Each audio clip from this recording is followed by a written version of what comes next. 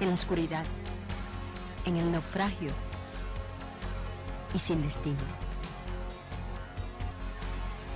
Andas buscando una palabra de iluminación. Esta palabra te dará luz en medio de la oscuridad. El Ministerio de la Enseñanza y la Evangelización, Jesús Soberano Señor, presentan su programa Palabra de Iluminación con el maestro José Briceño. Ok, vamos a darle un aplauso al Señor para recibir la palabra.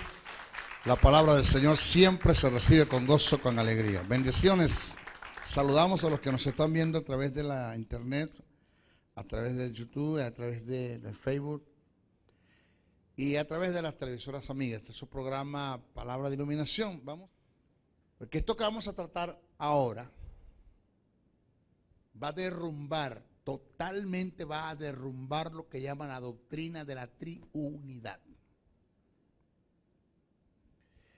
Eso de que Dios dejó de ser paz, dejó de ser Dios en el sentido de Jehová para convertirse en hijo y dejó de ser hijo para convertirse en Espíritu Santo. Eso es lo que nosotros nos han presentado, porque no han estudiado desde el punto de vista etimológico lo que es el término uno. No sé cómo a usted le va a caer lo que le voy a decir. Esto es crudo, se lo voy a decir así, en lo crudo, para que lo vamos cocinando o cociendo, cocinando esto para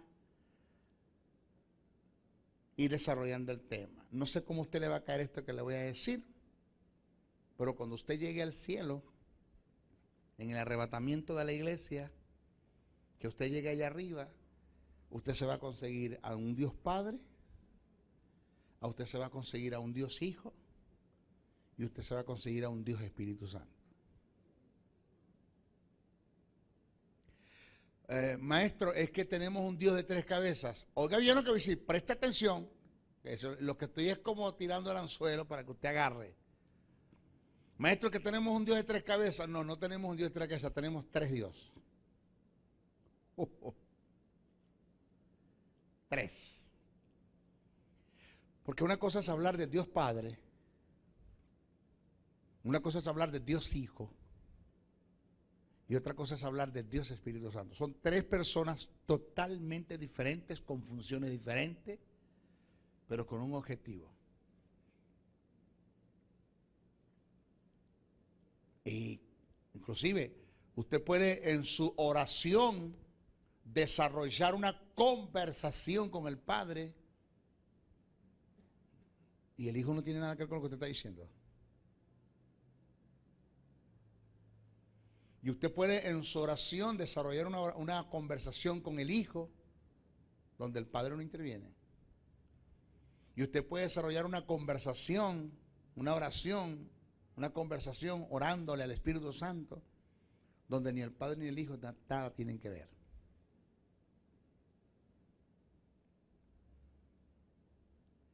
Maestro, como dicen nuestros amigos colombianos, ¿cómo así? Vamos a demostrarle eso. Para eso son las escuelas. Para eso son los maestros. ¿Ok? Vamos a hablar de la unidad en el conjunto de la deidad. Vamos a ir cocinando esto. Hay muchas formas desde el punto de vista teológico para demostrar que el conjunto de la deidad como personas es totalmente diferente. Oído, estamos hablando como persona, es totalmente diferente. Señores, en un supuesto negado, bueno, no es que voy a decir un supuesto negado, porque es que no sucedió. Pero en un supuesto pasado, que en la tentación Jesús haya cedido a la tentación y haya cedido a las ofertas que Satanás le presentó, pues señores, se hubiese perdido Jesús. Es el postrer Adán. desde el punto de vista en cuanto a misterio, ¿qué hubiese pasado con el verbo? No tenemos respuesta para eso. En verdad no tengo respuesta para eso, pero si hablamos de que Jesús es el postrer Adán y tenía la posibilidad de pecar, pero no pecó, porque Satanás no va a tentar algo que sea amoral. No va a tentar esa silla, eso no va a caer. Jesús podía caer, mas no cayó. Podía ceder a la tentación, mas no cedió.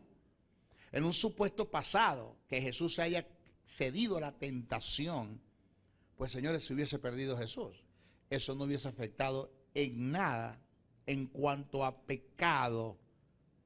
Quizás hubiese afectado en cuanto a propósito, en cuanto a visión, en cuanto a misión, qué sé yo. Pero en cuanto a pecado, internamente hablando, inherentemente hablando, absolutamente hablando, propiamente hablando, personalmente hablando, en cuanto a pecado, eso no hubiese afectado ni al Padre ni al Espíritu Santo, porque quien pecó fue Jesús, no fueron ellos. O sea, no estamos hablando de triemeses, no estamos hablando de eso, no estamos hablando de un Dios con un cuerpo y tres cabezas, no estamos hablando de eso. Estamos hablando de un Dios Padre, de un Dios Hijo y de un Dios Espíritu Santo. Y que individualmente cada uno tiene sus funciones, con un objetivo. Vamos a estudiar eso. O sea, hay muchas formas desde el punto de vista teológico para demostrar que el conjunto de la deidad como persona es totalmente diferente, aunque en esencia y en naturaleza sean los mismos. Pasemos a detallar los antes dichos. Desde el punto de vista gramatical, estamos hablando ya de la gramática, se puede demostrar que la deidad se compone de tres personas. La palabra teiotes, deidad, teiotes, divinidad.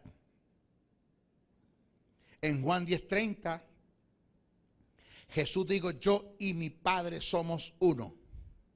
Ajá, ¿veo maestro? ¿Usted se da cuenta que son uno? Pero espérese.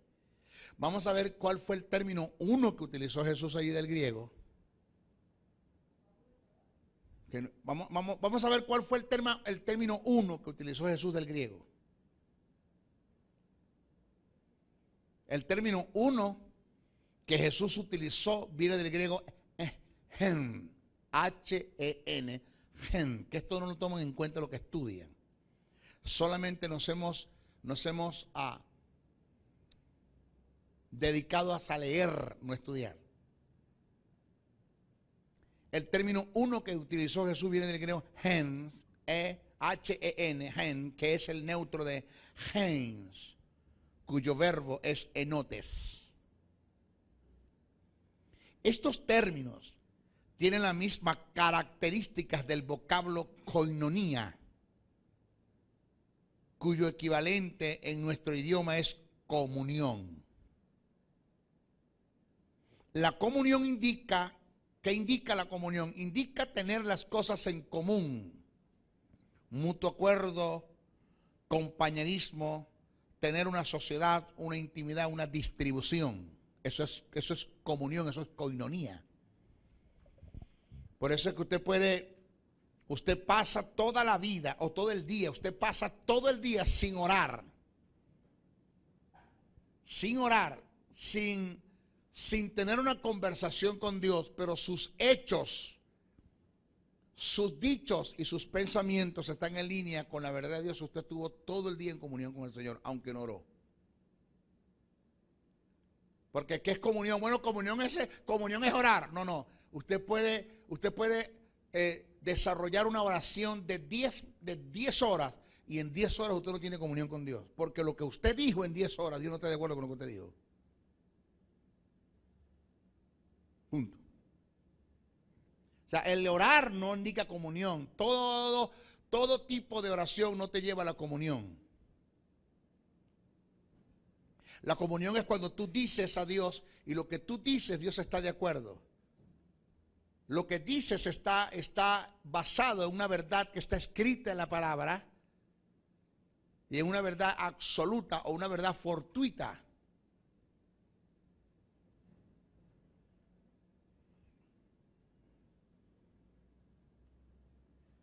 Entonces, esto indica que cuando Jesús dijo, mi Padre y yo somos uno, no se refiere a la unidad en forma compacta. Vaya siguiéndome. Trinitariamente hablando, compacta desde el punto de vista trinitario, no se está refiriendo a eso. Se refiere a la esencia, naturaleza e intenciones. Siempre se nos ha presentado la unidad en el conjunto de la deidad como una triunidad. No obstante, la Biblia presenta la unidad de la deidad como una trinidad, es decir, como tres personas diferentes con una misma naturaleza y un mismo sentir.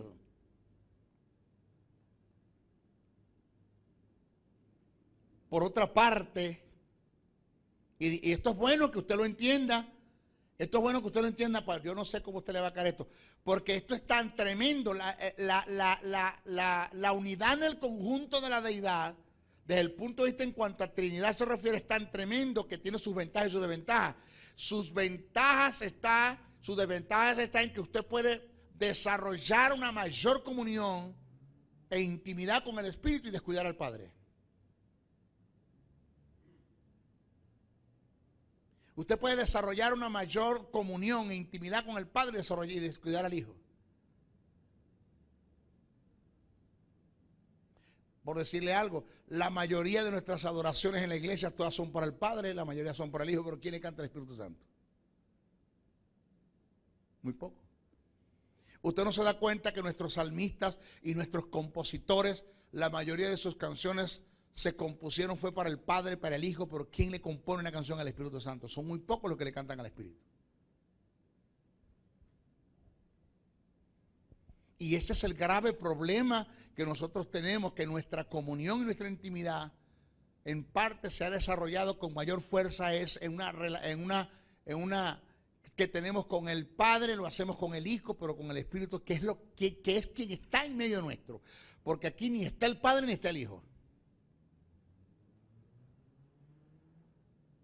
O sea, sáquese usted de la cabeza que el Padre está acá y el Hijo está acá. No, el Maestro, es que ellos están porque son omnipresentes. Perdón, la omnipresencia no es lo que obliga a Dios a estar donde no quiere estar. La omnipresencia es la habilidad que Dios tiene de estar en todas partes cuando Él quiera. Pero hay lugares donde Dios no quiere estar, no está. ¿Quién lo obliga? Eso es omnipresencia. Entonces, Dios acá no está como Dios puede estar. Dios, aquí quien está presente, porque más adelante vamos a hablar de la presencia, de la omnipresencia de Dios en el Espíritu. Vamos a hablar de la presencia corporal de Dios por el Espíritu en la iglesia. Y vamos a hablar de la presencia manifestada de Dios por el Espíritu dentro de la iglesia. Que son tres presencias totalmente diferentes. Entonces, si a morada vamos y a presencia corporal vamos, entonces aquí quien está es el Espíritu. Aunque no quisiera estar, tiene que estar. ¿Por qué? Porque la presencia corporal o la morada de Dios en el Espíritu, en la iglesia, lo obliga a quien, al Espíritu, a estar donde no quiere estar.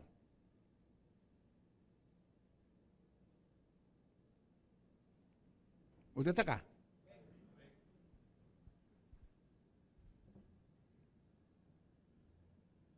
Por otra parte, Jesús utilizó en Juan 14:16 lo que se conoce gramaticalmente como un pronombre pronominal indefinido. Oído, pronombre pronominal indefinido, que es lo que hace una distinción genérica y numérica. Pero en el griego hay dos pronombres pronominales indefinidos que son héteros y alos. Héteros es el pronombre pronominal indefinido que te hace una distinción tanto numérica como genérica, indicando en cuanto a individuo se refiere que son dos personas totalmente diferentes con características diferentes. Cuando yo digo otro, bajo el término héteros, estoy diciendo él no soy yo, no piensa como yo y no es igual a mí. Punto. héteros. Pero cuando Jesús utilizó el término otro en el pasaje nombrado, utilizó fue alos. Como pronombre pronominal indefinido, es aquel que te hace una distinción numérica pero no genérica, indicando que como personas son totalmente diferentes pero con características similares. El término que Jesús usó al referirse al Espíritu Santo como otro consolador fue alos, haciendo una distinción numérica pero no genérica. Lo que Jesús quiso decir fue: yo rogaré al Padre y os dará otro consolador que no soy yo, pero que tenemos las cosas en común y hará el trabajo como yo lo vengo haciendo. Pero no soy yo. El término alos indica alguien. Óigame bien esto que viene acá. El término alos indica alguien que está junto a uno y es otro de la misma clase. Esta palabra alude a similitud, pero también pone de manifiesto diversidad de funciones. ¿Cuál? El término alos. Diversidad de funciones. El uso que Jesús hace del término alos para hacer referencia a otro consolador equivale a, oído, uno junto a mí, además de mí, en adición a mí, aunque exactamente igual a mí, que en mi ausencia hará lo que yo haría porque tiene el mismo sentir que tengo yo.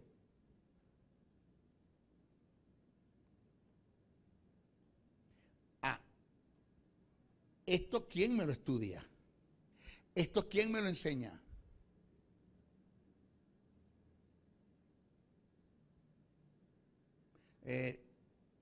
Se inscribió en mi escuela uno de los que nosotros llamamos Solo Jesús. Cuando entramos en este tema, hermano, se le voló, hermano, es que el hombre se le voló todo.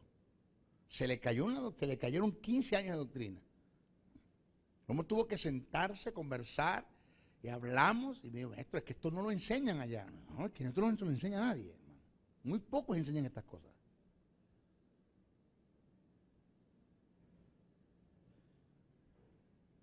O sea, debemos aclarar que hay términos que Jesús y Pablo mencionaron por causa del politeísmo. Por causa del politeísmo y el sectarismo que había en los pueblos, términos tales como, que estos son los términos que vamos a nombrar, son los términos que agarra la gente para hablar de la Trinidad o para darle fundamento a la doctrina de la Trinidad, porque no hay fundamento bíblico, solo que agarran estos mal aplicados, tergiversados, sacados de su contexto.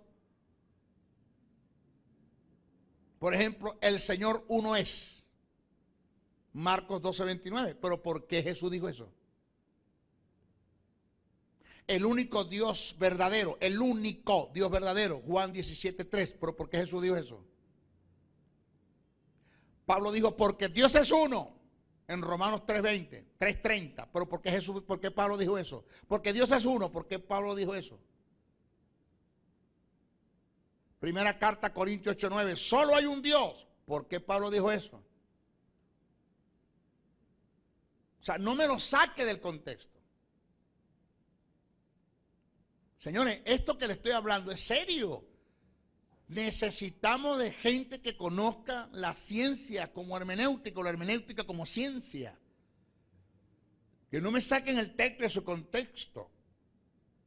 Que me usen lo que llaman la hilación del pensamiento. Que me respeten la hilación del pensamiento, del que viene del emisor, tomando en cuenta el receptor, la comunicación, la causa de la comunicación, el fondo histórico. Y cuando hablamos del fondo histórico, estamos hablando de político, económico, social, moral, religioso. O sea, no es leer Biblia, no es leer Biblia, es estudiarla. La Biblia es un libro de estudio, hermano. Se lee para estudiar.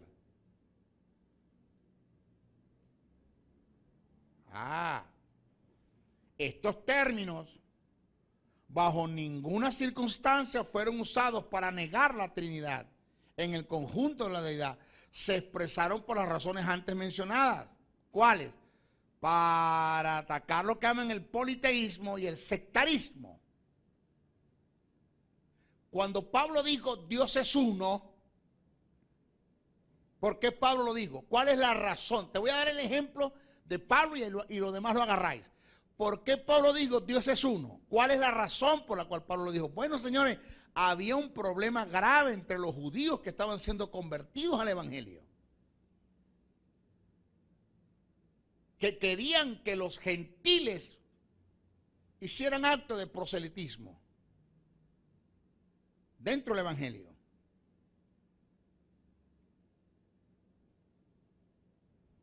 Entonces Pablo dijo, espérate.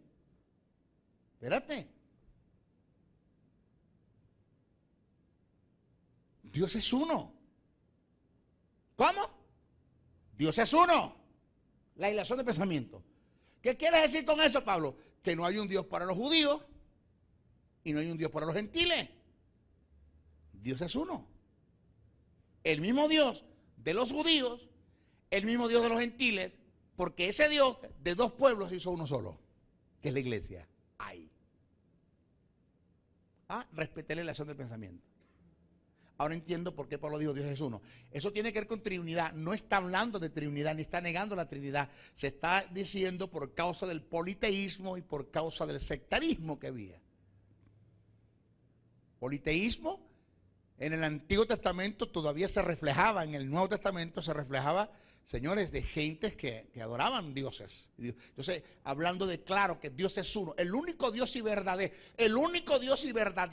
esa expresión significa que hay uno solo, Dios verdadero. Entre todos los dioses que ustedes adoran, hay uno que es Dios verdadero. Pero eso no está negando la Trinidad. Y ese es el texto que yo uso o tomo para darle fuerza y fundamentar la doctrina de la Trinidad.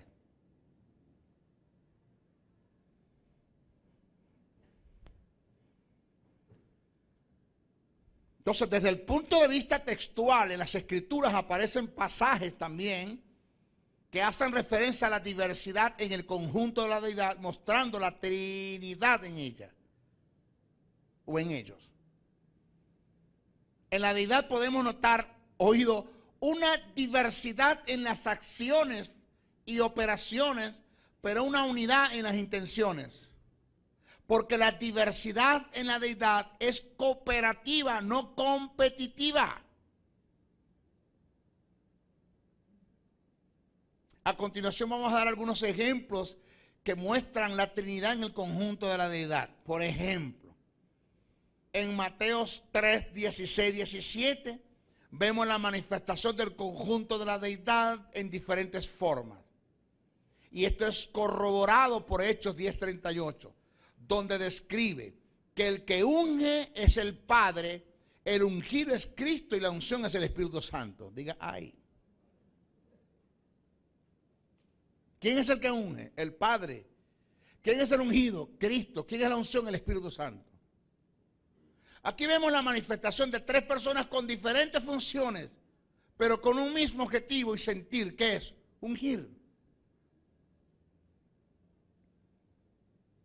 Dice Mateos 3, 16, 17, y Jesús después que fue bautizado, subió luego del agua y aquí los cielos le fueron abiertos y vio al Espíritu de Dios que descendía como paloma y venía sobre él. Y una voz de los cielos que decía, este es mi Hijo amado en quien tengo complacencia. ¿Quién habló? El Padre. ¿Quién descendía como paloma? El Espíritu Santo. ¿Quién estaba en el Jordán? Jesús. ¿Cómo hizo el Padre para dejar de ser Padre, convertirse en Espíritu Santo y dejar de ser Espíritu Santo y convertirse en Hijo? Para él mismo hacer todo, pagarse y hacer vuelto.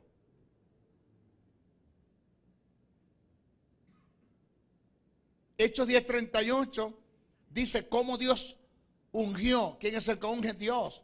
Con el Espíritu Santo y con poder. ¿Quién es la unción? El Espíritu Santo y el que el Espíritu Santo, que es el poder, a Jesús de Nazaret. ¿Quién es el ungido? Jesús de Nazaret.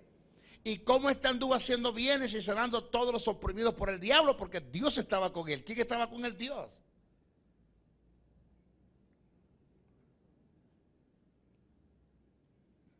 En Hechos 7:55 se denota la manifestación del conjunto de la deidad en diferentes funciones, pero con un solo objetivo. Óigame, dice que Esteban, puesto los ojos al cielo, vio a Jesús que estaba a la diestra del Padre. Presta atención. Esteban, puesto los ojos al cielo, vio a Jesús que estaba a la diestra del Padre. Observe que el Padre estaba en su trono, el Hijo a la diestra, y el Espíritu Santo está morando en Esteban. O sea, ¿quién le está dando la visión a Esteban? El Espíritu Santo está en Esteban. El texto dice, y Esteban lleno del Espíritu Santo. ¿Dónde estaba el Espíritu Santo? En Esteban. ¿Dónde estaba el Padre? En el trono. ¿Dónde estaba el Hijo a la diestra? ¿Cuántos hay ahí? 3. O sea, ¿cuál es el problema de aceptar que tenemos 3 dioses? Mientras más, mejor. ¡Aló! ¿Cuál es el problema? Falsa doctrina. Primera carta a Corintios 12:4-7 dice que el Padre trabaja con las operaciones, el Hijo con los ministerios y el Espíritu Santo con los dones. ¿Cuántos hay ahí? 3. ¿En qué? En operaciones, en funciones, pero en intenciones son los mismos. Según Mateo 12:32, oído lo que viene, la blasfemia contra el Hijo es perdonada, que más adelante hay un tópico que voy a explicar qué es la blasfemia contra el Espíritu Santo. Vayan haciéndome seguimiento, lo que me están viendo por YouTube, lo que están viendo por internet, por la televisión, porque más adelante vamos a explicar quiénes pueden o quiénes son los que blasfemian en contra del Espíritu, que la blasfemia se le ha atribuido a la iglesia y se le ha dado un mal concepto o mala aplicación o mala interpretación o definición a lo que es blasfemar. El término de blasfemia que está hablando Jesús cuando dijo que todo pecado será perdonado, pero la blasfemia contra el Espíritu Santo no es perdonada. ¿De qué blasfemia está hablando y quiénes son los que blasfemian? Que no tiene nada que ver con la iglesia evangélica. No existía la iglesia cuando Jesús dijo eso.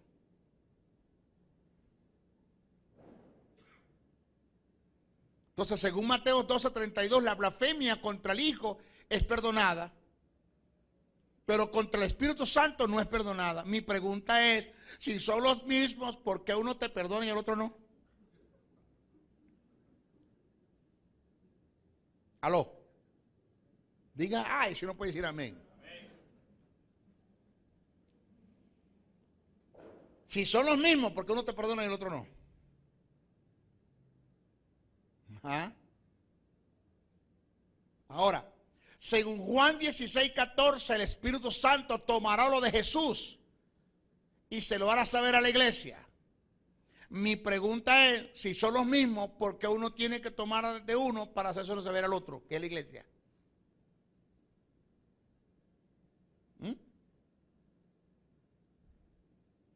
Según primera carta a Corintios 2:10, el Espíritu Santo es el encargado de escudriñar lo profundo de Dios para revelarlo a la iglesia.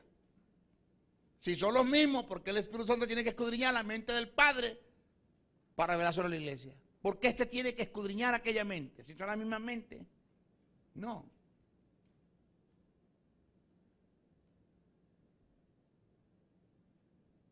Ponme la cámara ahí, ve a ver si está la gente acá, porque a mí me da pena que la gente diga, no, ese método, ese método está dando clases solo, no se oye a nadie.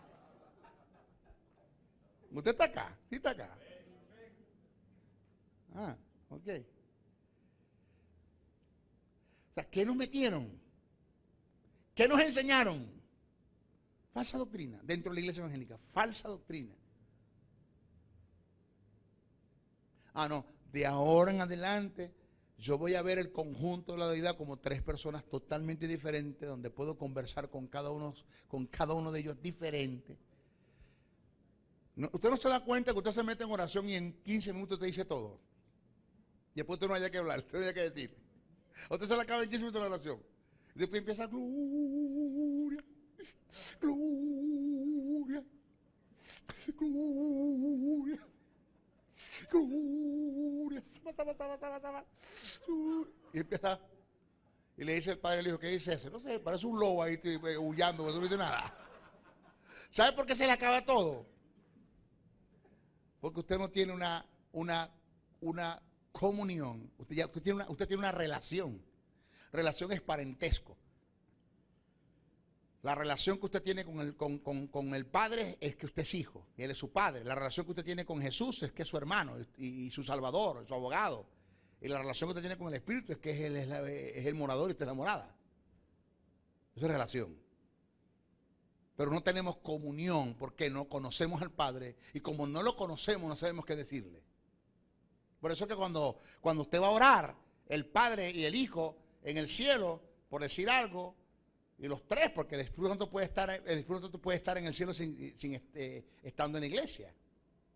No tengo problema, vamos a suponer que estén los tres allá. Y cuando usted va a orar, el Padre le dice al Hijo, prepárense que estos evangélicos tienen oración para arriba. Tienen oración para arriba sin medir a quién. Vamos, agarren. Entonces empiezan en el cielo con un guante. Vamos a ver. Y empieza el Padre ahora mismo. Yo te doy gracias por haber muerto por mí en la cruz del Calvario. Eso es para ti, Jesús. Agarra. Dame eso, agarra para él. No, ya va, espérate.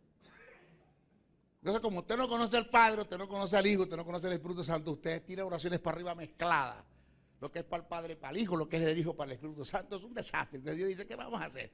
Vamos a acomodar las oraciones aquí. Nosotros más o menos entendemos lo que quiere decir, vamos a acomodarlas aquí según el desorden que tengan, les vamos a responder. No, pero ¿sabe qué es lindo? Cuando usted dirige al Padre y toma en cuenta el conjunto, la deidad, y entiende que son tres personas diferentes. Y dice, papá, yo te doy gracias. Voy a hablar con el papá, voy a hablar con el Padre. Papá, yo te doy gracias. Te doy gracias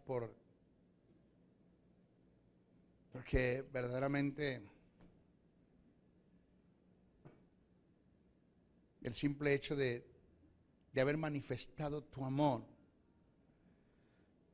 enviando a tu Hijo a la cruz del Calvario. ¿Con quién estoy hablando? Con el Padre. Pero está el Hijo, lo incluí también. Pero no estoy hablando con el Hijo. Te doy gracias porque pusiste sobre tu Hijo toda la maldición, todo el pecado, toda la enfermedad. Te doy gracias, papá, porque me diste los mismos derechos y los mismos privilegios como hijo, como los que tiene Jesús los tengo yo. Te doy gracias por eso. Y bla, bla, bla, bla, bla. Después, gracias, papá. Jesús, gracias. Dice Jesús, ahora habla conmigo, papá. Se prepara Jesús. No es tanto el amor del Padre que se dio, está bueno, es suficiente, absoluto. Pero si tú no hubieses querido como verbo venir a hacerte carne, no vienes. El Padre preguntó a quién enviaré y quién irá por nosotros, y tú dijiste, envíame a mí, Señor, envíame aquí, Señor, envíame a mí. Y tu verbo te hiciste carne y habitaste entre los hombres.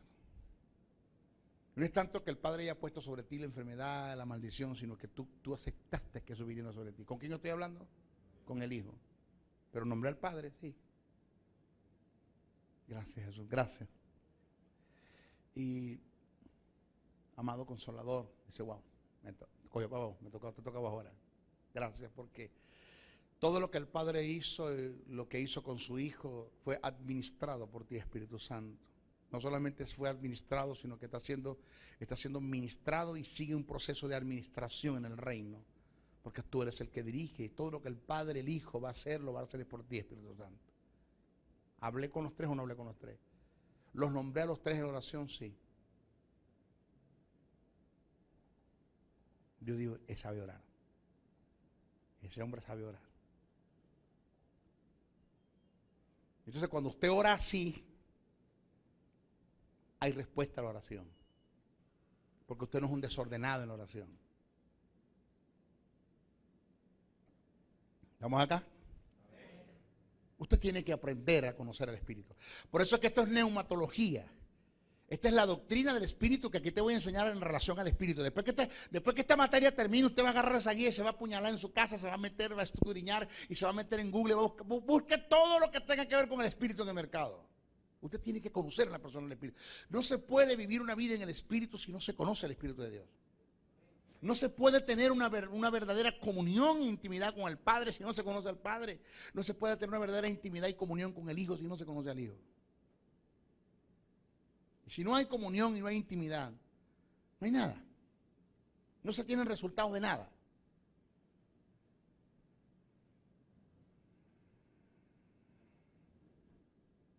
Fíjese esto. Señores, si nosotros observamos bien, primera carta a Corintios 2:11, nos daremos cuenta que el Espíritu de Dios, oiga, conoce las cosas de Dios, aún lo profundo, porque es Dios y está con Dios.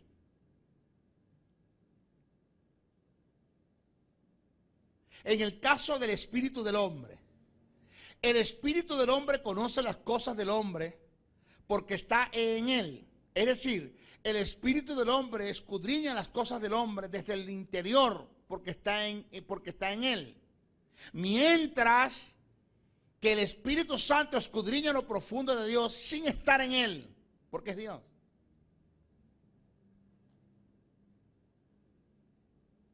O sea, la diferencia es que el espíritu del hombre conoce las cosas del hombre porque está en el hombre. La otra es que el Espíritu Santo conoce las cosas de Dios sin estar en Dios, porque es Dios.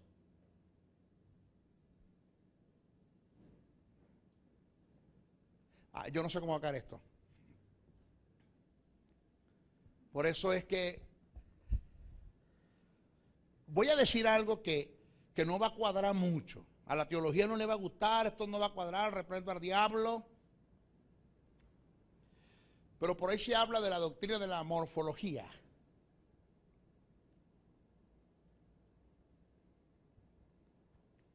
O sea, la doctrina de la morfología es la que te enseña que no es que Dios tiene manos, que no es que Dios tiene espaldas. Cuando Dios le dijo a Moisés, métete en la hendidura y te mostraré mis espaldas. Pero es algo mío personal, respeto para los que me están viendo a través del video, a través de YouTube, a través de la televisión, los teólogos, los exégetas. Es algo mío personal. Yo sí creo que Dios tiene manos. Yo sí creo que Dios tiene espaldas. Yo sí creo que Dios tiene rostro. Yo sí creo. Porque esa es la diferencia de Dios y del Espíritu Santo. La diferencia de ellos es que el Espíritu Santo es un espíritu con alma, pero no tiene cuerpo. El cuerpo del Espíritu es la iglesia.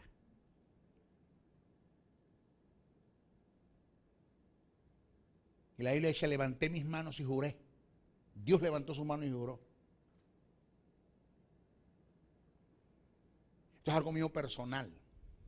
No lo estoy haciendo una doctrina. Puedo estar equivocado, mas no creo estar equivocado. Y si alguien dijo, se peló el maestro, él dijo que podía estar equivocado. ¿Aló? Pero la diferencia del Espíritu Santo es que es un espíritu con alma, pero que no tiene cuerpo. El cuerpo del Espíritu es la iglesia. Para mí Dios tiene espalda, para mí Dios tiene mano. Para mí no es tal cosa como decir la morfología como para negar la posibilidad de que Dios tiene mano, tiene espalda, tiene cara, tiene rostro.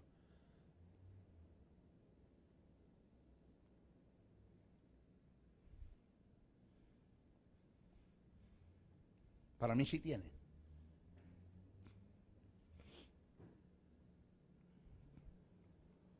Entonces, ¿qué pasa? Que una cosa es hablar de Dios Espíritu. Por eso que lo estoy nombrando. Una cosa es hablar del Dios Espíritu. Y otra cosa es hablar del Espíritu de Dios. Que cuando hablamos del Espíritu de Dios, no estamos hablando del Espíritu de Dios como tal, sino que es el Espíritu que tiene las mismas características que tiene el Dios Espíritu, que es Jehová. Pero que el Espíritu Santo es una cosa y Jehová es otra. Él no deja de ser espíritu, con un alma, que para mí tiene un tipo de cuerpo celestial. Algo mío. Mi intención es sana en decir esto. El maestro Briceño lo dijo. Es una falsa doctrina, perdón, él dijo que podía estar equivocado. Y si algún día yo llego a estudiar y me doy cuenta que lo que estoy diciendo ahora me equivoqué, yo no tengo problema con retractarme. Porque lo estoy diciendo, es mi forma de creerlo, pero más me acojo y me asumo a lo que dice la Biblia. Levanto mis manos, miras mis espaldas, no verás mis rostros.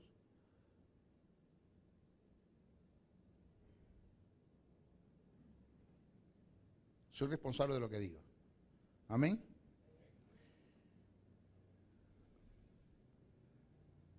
Si el texto afirmara que el Espíritu de Dios escudriña las cosas de Dios porque está en Él, entonces tendríamos un dualismo y no habría posibilidad para la Trinidad. Pero el texto afirma tácitamente que el Espíritu Santo es Dios, está con Dios, no es Dios, y esto demuestra la presencia de dos personas. Es decir, vuelvo a repetir, pero el texto afirma tácitamente que el Espíritu Santo es Dios, está con Dios, no es Dios Padre, y esto demuestra la presencia de dos personas. ¿Aló? Esto me huele a falsa doctrina, maestro Diseño.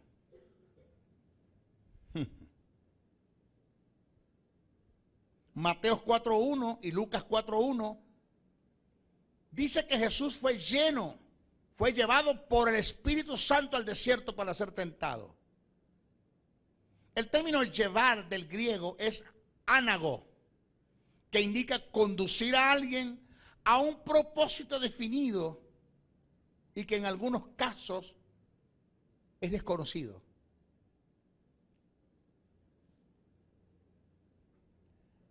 Algo así como te tengo una sorpresa, ¿no? Digo, hermana, venga conmigo, hermana. Pero venga conmigo, venga. Pero véngase conmigo, véngase. Pero ¿por dónde tú me llevas? ¿Qué es esto? Venga conmigo, véngase. Ella no sabe para qué lo estoy conduciendo. Ese es el término ánago. Jesús fue conducido por el Espíritu Santo al desierto, pero no sabía para qué. Pero observe que quien lo condujo fue el Espíritu.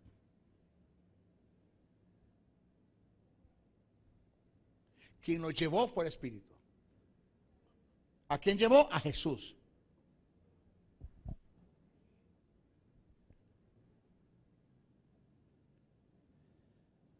¿Aló? Si entre Jesús y el Espíritu Santo existe una dualidad, formando una triunidad con Dios Padre, ¿cómo es que Jesús es conducido a un propósito definido por la persona del Espíritu Santo, siendo él mismo el Espíritu Santo? Debemos tomar en cuenta que el mismo verbo que se utilizó para hacer referencia al Espíritu Santo como el que llevó a Jesús al desierto fue utilizado para referirse al diablo cuando llevó a Jesús al pináculo del templo para tentarlo. En ambos casos, quienes hicieron el traslado fueron personas distintas a Jesús. Uno lo llevó para ser tentado, Mateo 4.1, y otro lo llevó para tentarlo, Mateo 4.5. ¿Estamos acá? No sé si esto está cayendo bien. En el bautismo aparecen asociados como tres personas diferentes, pero tienen algo en común. Mateo 28:19, bautizándolos en el nombre del Padre y del Hijo y del Espíritu Santo. En este pasaje se puede demostrar desde el punto de vista gramatical, la gramática, la Trinidad en el conjunto de la deidad. En el desarrollo del pensamiento escrito aparece lo que se conoce en el sentido gramatical como una contracción de la proposición de y del artículo el, originando el término del, el cual indica o muestra tres personas individuales en acción e involucradas en la acción, individuales involucradas en la acción. Si se tratase de una triunidad, el pasaje lo describiera sin usar el artículo determinado el, y sonaría de esta forma, bautizándolos en el nombre del Padre, Hijo y Espíritu Santo. Pero ¿cómo dice el texto? Bautizándolos en el nombre del Padre del Hijo y del Espíritu Santo. Esa proposición del, indica que son tres personas diferentes. En la primera carta que el apóstol Pablo le escribe a los Corintios, en el capítulo 15, verso 20 al 28, se presenta la manifestación del Padre y del Hijo en una forma clara, que muestra la diversidad en las operaciones como dos personas diferentes con un denominador común. Leamos. Dice: mas ahora Cristo ha resucitado de los muertos, primicia de los que durmieron es hecho.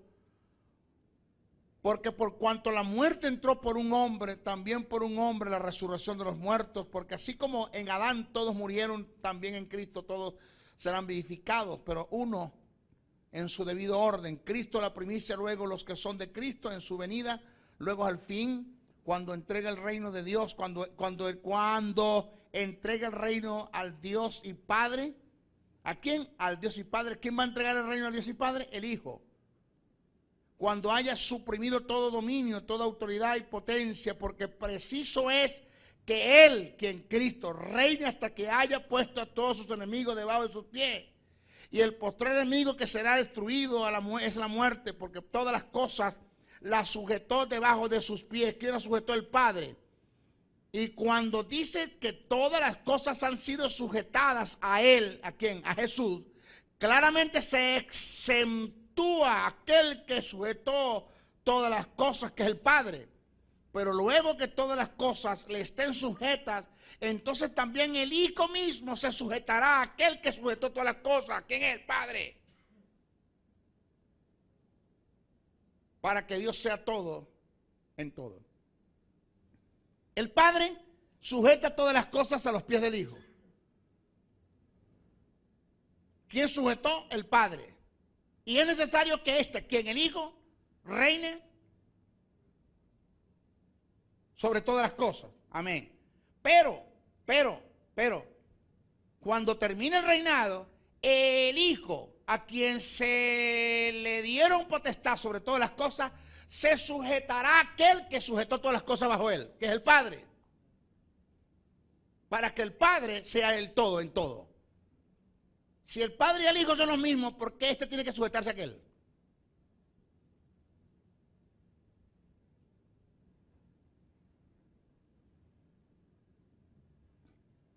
Ay, mamá. En conclusión, a este punto quedó demostrado que sí existe la Trinidad en el conjunto de la deidad. Tenemos un Dios Padre, un Dios Hijo y un Dios Espíritu Santo, al que brindamos un aplauso. Alabado sea el nombre del Señor. En nuestra próxima clase vamos a hablar la tercera persona de la deidad. ¿Por qué el Espíritu Santo ocupa el término tercera persona desde el punto de vista teológico? Bendiciones, bendiciones, bendiciones. Que usted llegue allá arriba, usted se va a conseguir a un Dios Padre, a usted se va a conseguir a un Dios Hijo y usted se va a conseguir a un Dios Espíritu Santo. Maestro, es que tenemos un Dios de tres cabezas. Oiga bien lo que voy a decir, preste atención, que eso, lo que estoy es como tirando el anzuelo para que usted agarre. Maestro, que tenemos un Dios de tres cabezas. No, no tenemos un Dios de tres cabezas, tenemos tres dioses. Tres. Porque una cosa es hablar de Dios Padre, una cosa es hablar de Dios Hijo y otra cosa es hablar de Dios Espíritu Santo. Son tres personas totalmente diferentes, con funciones diferentes, pero con un objetivo. Y inclusive usted puede en su oración desarrollar una conversación con el Padre. En la oscuridad, en el naufragio y sin destino. Andas buscando una palabra de iluminación. Esta palabra te dará luz en medio de la oscuridad. El Ministerio de la Enseñanza y la Evangelización, Jesús, Soberano Señor, presentan su programa Palabra de iluminación con el maestro José Briceño. Ok, vamos a darle un aplauso al Señor para recibir la palabra. La palabra del Señor siempre se recibe con gozo, con alegría. Bendiciones. Saludamos a los que nos están viendo a través de la internet, a través de YouTube, a través de Facebook y a través de las televisoras amigas. Este es su programa Palabra de Iluminación. Vamos, porque esto que vamos a tratar ahora va a derrumbar. Y el hijo no tiene nada que ver con lo que usted está diciendo. Y usted puede en su oración desarrollar una conversación con el hijo donde el padre no interviene. Y usted puede desarrollar una conversación, una oración, una conversación orándole al Espíritu Santo donde ni el padre ni el hijo nada tienen que ver.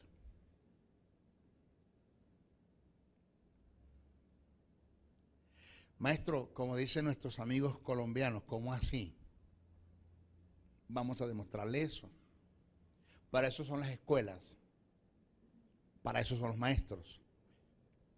¿Ok? Vamos a hablar de la unidad en el conjunto de la deidad. Vamos a ir cocinando esto. Hay muchas formas desde el punto de vista teológico para demostrar que el conjunto de la deidad como personas es totalmente diferente. Oído, estamos hablando como persona, es totalmente diferente. Señores, en un supuesto negado, bueno, no es que voy a decir un supuesto negado, porque es que no sucedió. Pero en un supuesto pasado, que en la tentación Jesús haya cedido a la tentación y haya cedido a las ofertas que Satanás le presentó, pues señores, se hubiese perdido Jesús. Es el postrer Adán. Desde el punto de vista en cuanto a misterio, ¿qué hubiese pasado con el verbo? No tenemos respuesta para eso.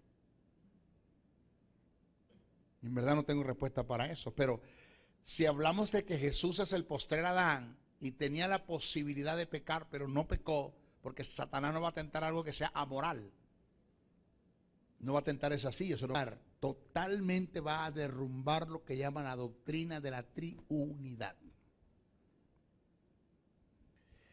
Eso de que Dios dejó de ser paz, dejó de ser Dios en el sentido de Jehová para convertirse en hijo y dejó de ser hijo para convertirse en Espíritu Santo, eso es lo que nosotros nos han presentado, porque no han estudiado desde el punto de vista etimológico lo que es el término uno. No sé cómo a usted le va a caer lo que le voy a decir. Esto es crudo, se lo voy a decir así, en lo crudo, para que lo vamos cocinando o cociendo, cocinando esto para ir desarrollando el tema. No sé cómo a usted le va a caer esto que le voy a decir, pero cuando usted llegue al cielo, en el arrebatamiento de la iglesia,